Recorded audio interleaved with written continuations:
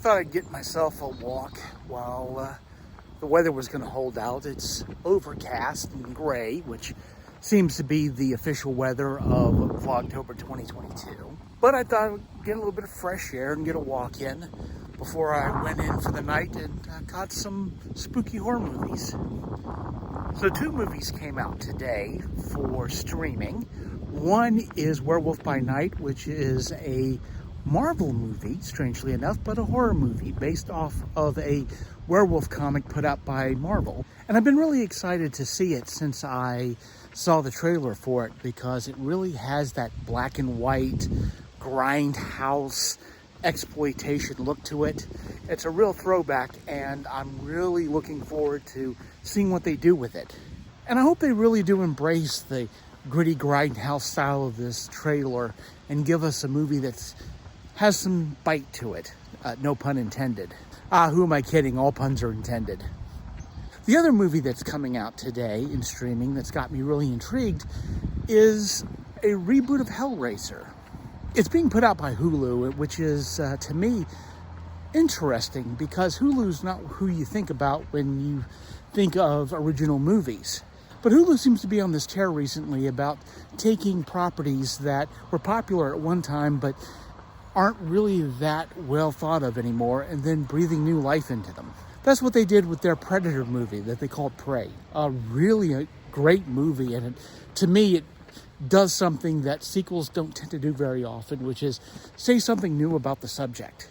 This new Hellraiser is a reboot, so it's not going to be considered a sequel to the original movies. When I saw the original Hellraiser, I was absolutely blown away by it. It was not like any horror movie I'd ever seen before.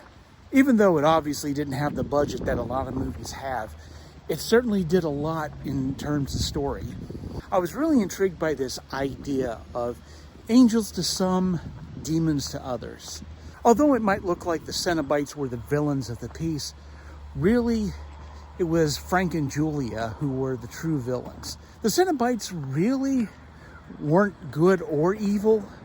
They were a force, like nature. They only did what they were created to do. They were only acting upon their own natures. And I found that as a concept satisfying. In fact, one of the biggest disappointments I had with the later sequels is the fact that they took the Hell Priest, or Pinhead, and turned him more into a traditional mustache-twirling villain, which I felt like was a real disservice to the character. It might have just been my headcanon, but I always got the impression from the first movie that Frank was, for want of a better word, a poser. In the movie, Frank presented himself as an explorer of the extreme edges of human experience. But my impression of him in the movie was that once he actually got what he claimed that he wanted, it became really obvious that he was a bored person, but he really wasn't about what he said that he was. He didn't fully understand what it was that he was getting himself into. And it also intrigued me that there were possibly people in the world that the Cenobites were exactly what they were looking for. Like the tagline said, angels to some, demons to others.